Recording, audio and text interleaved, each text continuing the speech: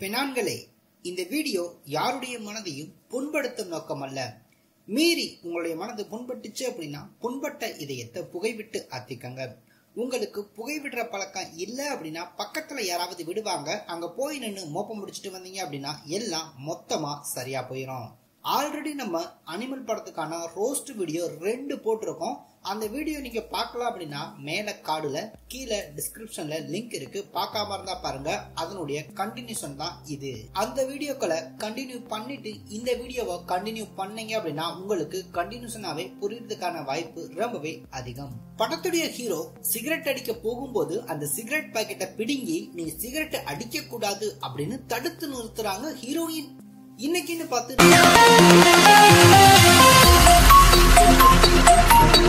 சிகரெட்டை பத்த வச்சு ஹீரோயின் அவங்களுடைய மூஞ்சில ஊதி பிறந்த நாள் கிஃப்ட் கொடுக்கிறாரு நம்ம ஹீரோக்காரு.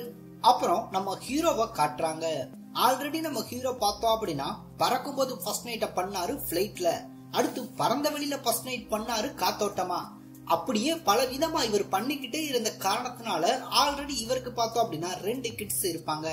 இதே வேலையாவே பண்ணிட்டு இருந்தார் இல்லையா. இப்போ 3வது கிட்ஸ் பிறப்பாங்க அப்படின்ற மாதிரி எதிர்பார்த்தோம். யாருக்கு? நம்ம ஹீரோவுடைய ஒய்ஃபுக்கு. ஆனா என்ன நடந்துச்சு அப்படின்னா இந்த முறை ஹீரோயின் கர்ப்பமாகல, நம்ம ஹீரோ கர்ப்பம் ஆயிட்டாரு. புரோட்டீன் மாறி இருக்கிருச்சு போல இருக்கு. ஏற்கனவே நம்ம ஹீரோ அவங்களுடைய சொந்தக்காரங்க எல்லாத்தையும் கூப்பிட்டு வந்து சொர்க்கத்தை காட்டுறேன் அப்படின்னு வெட்ட வெயில்ல வெளியே வெயில்ல நிக்க வச்சிருப்பாரு. அவங்க எல்லாருமே நாங்க ஊருக்கு போறோம் அப்படின்னு சொல்ல, யாரடா அவங்கள போச்சனா அப்படின்றதுக்கு உங்க ஒப்பந்தான் அப்படின்னு அவரு சொல்ல, இவர் அவங்க அப்பா கிட்ட சொல்ற உன்னை கொல்ல வந்தவங்க எல்லாரும் கொண்டு அப்படின்னு சொல்றாங்க.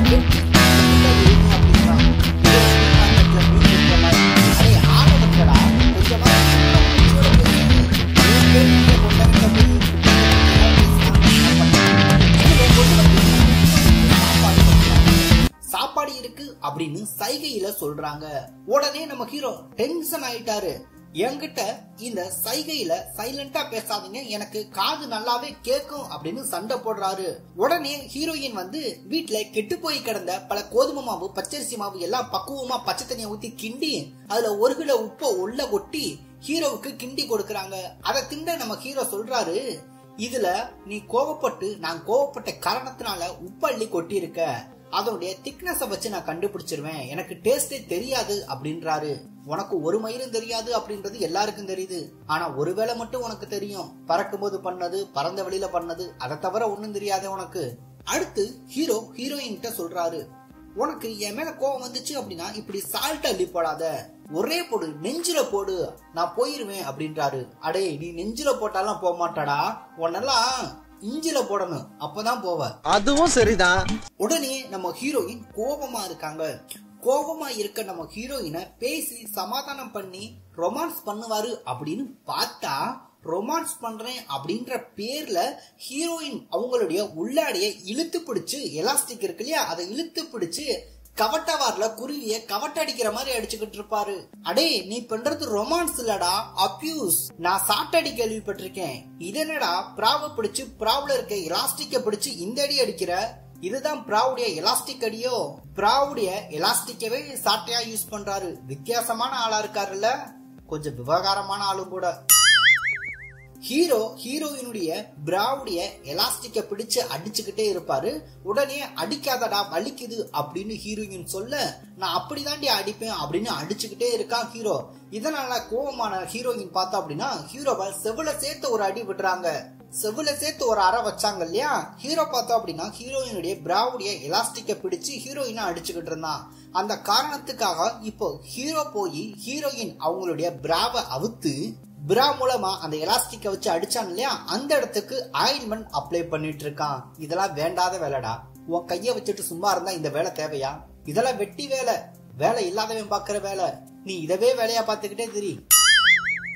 உடனே ஹீரோயின் ஹீரோவை பார்த்து சொல்றாங்க, உன்னை பார்த்தாலே எனக்கு பயமா இருக்குடா, நீ எப்ப என்ன பண்றே தெரிய மாட்டுது, நீ ஒரு லூசுக்கு அப்படின்லாம் திட்டுறாங்க. இவ்வளவு பேசுறாங்களே, இவனை 2 அடி அடிப்பாங்க அப்படின்னு பார்த்தா லிப்ட் லிப் மாறி மாறி கிஸ் அடிப்பாங்க. இவன் சும்மா இருந்தாலும் சண்டால திருக்கி இவன் 4 பக்கம் சுத்தி சுத்தி வர்றா. ஏற்கனவே நம்ம ஹீரோ ஹீரோயின் இவங்க 2 பேருக்கும் ஆல்ரெடி 2 கிட்ஸ் இருக்கும். இருந்தாலும் 3வதா ஒரு கிட்ஸுக்கு ப்ரொடக்ஷன் போட்டிருப்பாங்க. அதை யாரு பெத்துக்கிறவா அப்படின்னா நம்ம ஹீரோ தான். அவர் தான் ஆல்ரெடி கன்சீவ் ஆயிருப்பாரு பாருங்க. இந்த காரணத்துக்காக ஹீரோயின் ஹீரோவை அவங்களுடைய மடியில படுக்க வச்சு தாளாட்டுவாங்க. ஏன்னா அடுத்த குழந்தைய ஆரோக்கியமா பெக்கணும்ல, அதனால. இப்போ நம்ம ஹீரோ ஹீரோயின காஜி பார்வையில பார்த்தா பரவாயில்ல, காமவெறி பார்வையில பாக்குறாரு. பார்வையாலேயே இங்க வா அப்படின்னு கூப்பிடுறாரு. கூப்பிட்டு அவங்களுடைய ட்ரெஸ்ஸ கலட்டுறாரு. பக்கத்துல ஒருத்தவங்க இருப்பாங்க அப்படின்னு ஹீரோயின் சைகையில சொல்ல அவங்க கண்டுக்கிற மாட்டாங்க அப்படின்னு ஹீரோயின் ட்ரெஸ்ஸ கழட்டிடுறாரு. அவங்க கண்டுக்கிற மாட்டாங்க அப்படின்னு இவங்க நினைக்க அவங்க இவங்கள மட்டும்தான் கண்டுகிட்டே இருந்தாங்க. இல்ல புரியல, உனக்கு கட்டி பிடிக்கணும் அப்படின்னு தோணுச்சுன்னா அப்படியே கூப்பிட்டு கட்டி பிடிக்க வேண்டியதானே? இப்படி ட்ரெஸ் எல்லாம் அவுத்து போட்டுட்டு இப்படிதான் கட்டி பிடிக்கணுமா? அதுவும் ட்ரெஸ்ஸ கலட்டி நெஞ்சு பக்கத்துல இப்படி சாஞ்சுதான் கட்டி பிடிப்பியா? அடே, இது அன்பால கட்டி பிடிக்கிறது இல்ல, வன்பால காஜி வெறி முத்தி போச்சு அப்படின்னா இப்படிதான் கட்டி பிடிப்பாங்க. உனக்கு படம் ஃபுல்லாவே அப்படிதான் இருக்கு. முதல்ல நம்ம ஹீரோ ஹீரோயின் அவங்களுடைய ட்ரெஸ்ஸ கலட்ட சொல்லிட்டு இப்படி காஜி பார்வையில பாத்துக்கிட்டு இருப்பான். பக்கத்துல வச்சு பாத்துக்கிட்டு இருப்பான், இப்படி நிப்பாட்டி வச்சு பாத்துட்டு இருப்பான். இப்படி நல்லா பாத்துக்கிட்டே இருந்தவன் அடுத்த ரவுண்டுக்கு அடுத்து எதையாவது கலட்ட சொல்லுவானோ அப்படின்னு நம்மளும் ஆர்வமா பார்த்தோம் அப்படின்னா அதுதான் இல்ல. அப்பதான் எல்லாரும் பாத்துருவாங்க அப்படின்னு அதோட நிறுத்திட்டான். ஆக்சுவலா இவனுக்கு பொதுநலம் கிடையாது, எல்லாமே சுயநலம் தான். காஜி முத்தி போன நம்ம ஹீரோ ஹீரோயினுடைய ட்ரெஸ்ஸ கலட்டி இப்படி ஆடு பாத்துக்கிட்டு இருப்பான். ஆடைய கழட்ட வச்சு இப்படி பார்த்து முடிச்சுட்டு நம்ம ஹீரோயின் பார்த்தோம் அப்படின்னா ஆல்ரெடி 2 பிள்ளை பெற்றிருப்பாங்க. அதாவது அவங்களுடைய பொண்டாட்டிய பார்த்து நம்ம ஹீரோ சொல்றாரு, 2 பிள்ளை பெத்தாலும் உன்னுடைய ஸ்ட்ரக்சர் இன்னும் செமையா இருக்கு அப்படின்னு வர்ணிக்கிறாரு. சோ இந்த மாதிரி பொண்டாட்டிகளை புருஷன்மார்கள் இப்படி வர்ணிக்க வாய்ப்பு இருக்கிறதா? இல்லவே இல்ல. வர்ணிக்கிறான் பாருங்க, நல்ல புருஷனா இருக்கா போல இருக்கு. சோ இவங்களுக்கு மட்டும் தானே நல்ல புருஷன் அப்படின்னு நினைக்காதீங்க, இன்னொருத்தவங்களையும் வச்சிருக்காரு. ஹீரோயின் போய் ஹீரோ கிட்ட உனக்கு டோனர்ஸ் கிடைச்சிட்டாங்க, உனக்கு இதய அறுவை சிகிச்சை பண்ணலாம் அப்படின்னு சொல்ல அந்த ஹீரோ காதுல வாங்காம குறுப்பா உக்காந்த குறுப்பா நடிச்ச படத்தை பார்த்தோம் அப்படின்னா குதூகலமா பாத்துக்கிட்டு இருப்பாங்க.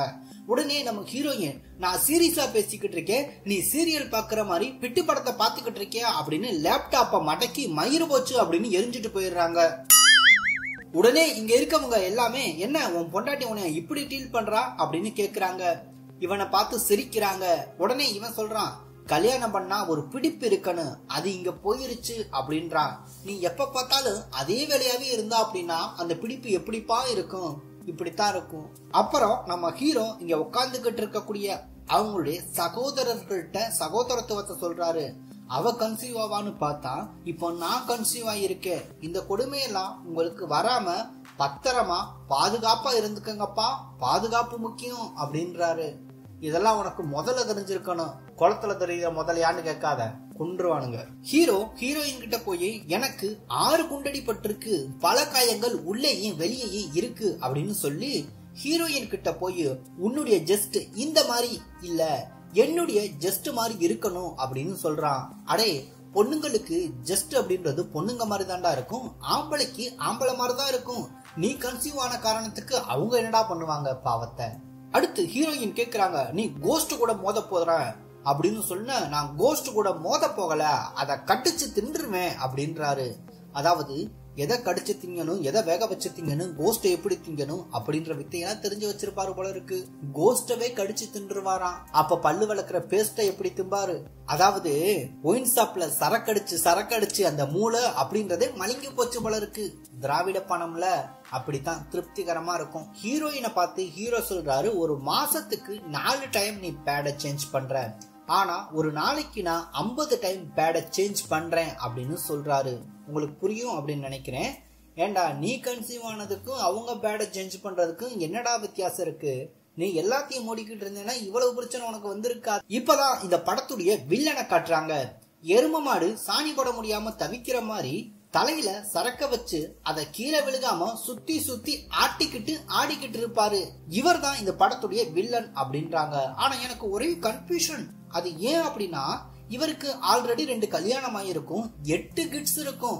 நம்ம ஹீரோவுக்கு பார்த்தோம் அப்படின்னா ஆல்ரெடி 1 கல்யாணம் இருக்கும், ஆனா ஒரே வேலையை பார்த்தோம் அப்படின்னா பண்ணிக்கிட்டே இருப்பாரு.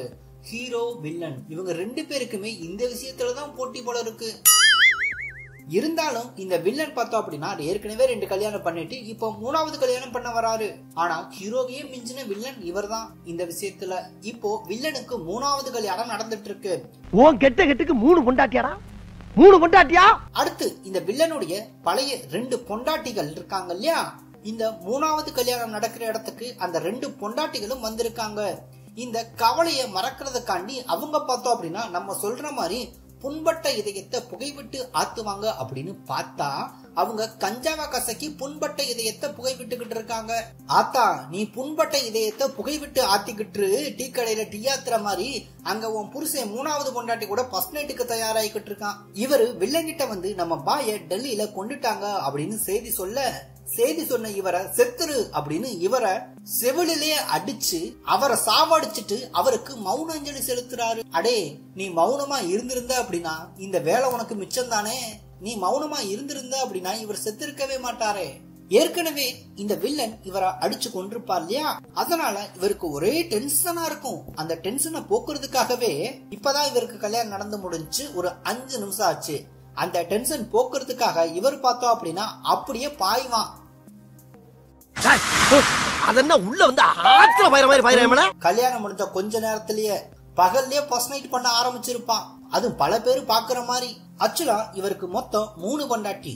3வது பொண்டாட்டிய இப்பதான் கல்யாணம் பண்ணாரு, மேட்ரு பண்ணாரு.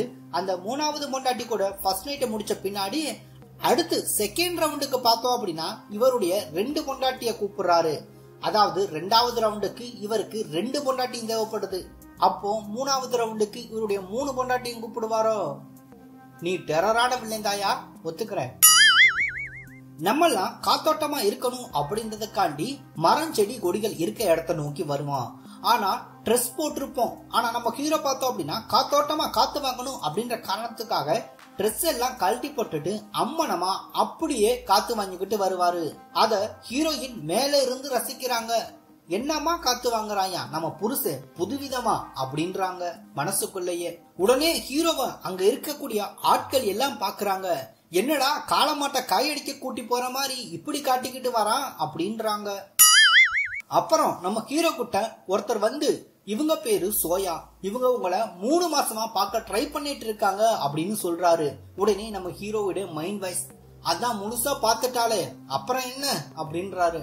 நீ அவுத்து போட்டு வந்தா அவங்க என்னடா செய்வாங்க. அடுத்து இந்த சோயா இருக்காங்க இல்லையா, அவங்க நினைக்கிறாங்க ஹீரோவை பார்க்க வந்த இவங்களுக்கு ஒரே சாக்கு, என்னடா காலமாட்ட காயடிக்க கூட்டி போற மாதிரி இப்படி காஜி பிடிச்சு போய் இந்த ஆளா அலையிறான் ட்ரெஸ்ஸே போடாம அப்படின்னு நினைக்கிறாங்க. ஆக்சுவலா இவங்களுடைய வேண்டப்பட்டவருடைய இதயத்தை தான் நம்ம ஹீரோவுக்கு டிரான்ஸ்பிளான்ட் பண்ணிருக்காங்க அப்படின்ற ஒரு கதையை சொல்றாங்க. அந்த காரணத்துக்காக உங்க மனசு சரியாகிற வரைக்கும் நீங்க இங்கேயே இருங்க, எங்க தாத்தா வீட்டுல இருங்க, நான் உங்களை வந்து பாக்குறேன் அப்படின்னு சொன்னவன் வந்து பாப்பான் அப்படின்னு நினைச்சா அதுதான் இல்ல. பாவை எடுத்துட்டு போட்டுக்கோங்க. அத பண்ணி முடிச்சுட்டு இப்படி ட்ரெஸ் எல்லாம் அவுத்து போட்டு இப்படி படுத்து கிடப்பான்.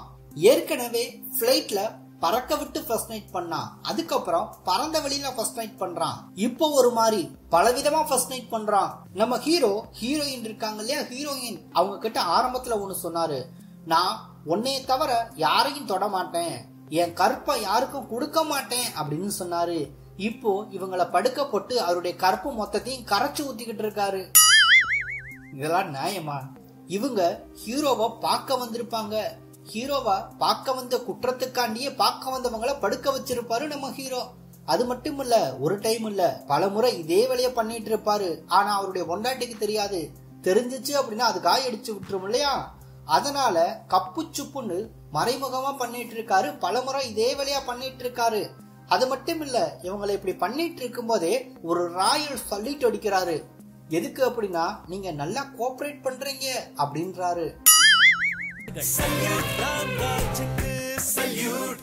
அடுத்து இப்படி கோஆபரேட் பண்ண காரணத்துக்காகவே ஒரு ரோல்ஸ் ராய்ஸ் காரை பார்த்தோம் அப்படின்னா இவங்களுக்கு நம்ம ஹீரோ கொடுக்கறாரு. அந்த காரை கொடுத்த பின்னாடி அதுல அவங்கள உட்கார கூட விடாம அந்த காரை இவரே வெடிச்சு சதற வைக்கிறாரு. அப்பதான் இவங்க 2 பேரும் பார்த்தோம் அப்படின்னா பேசிக்கிறாங்க, நான் உன் கூட படுக்க வரலடா, உன்னைய போட்டு தள்ள வந்தேன் அப்படின்ற சீக்கிரட்டை ஹீரோ கிட்ட சொல்றாங்க. உடனே ஹீரோ சாக்கு, நான் வெடிக்க வச்சதே அதுக்காண்டிதான் அப்படின்னு அவரு சொல்ல, உடனே இவங்க நான் உன்னைய சின்சியரா லவ் பண்ண ஆரம்பிச்சிட்டேன் அப்படின்னு சொல்றாங்க. ஆல்ரெடி அவனுக்கு கல்யாணம் ஆகி பல வேலைகளை பார்த்திருக்கான். கூட 2 கிட்ஸ் வேற இருக்கு. அவன் பொண்டாட்டி பக்கத்திலேயே இருக்கு. அதெல்லாம் பார்த்தும் இதுக்கு லவ் வருதான்.